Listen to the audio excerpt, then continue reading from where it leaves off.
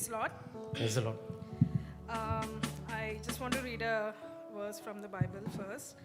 Psalm 145, verses 1 to 4. I lift you high in praise, my God, O my King, and I'll bless your name into eternity. I'll bless you every day and keep it up from now to eternity. God is magnificent. He can never be praised enough.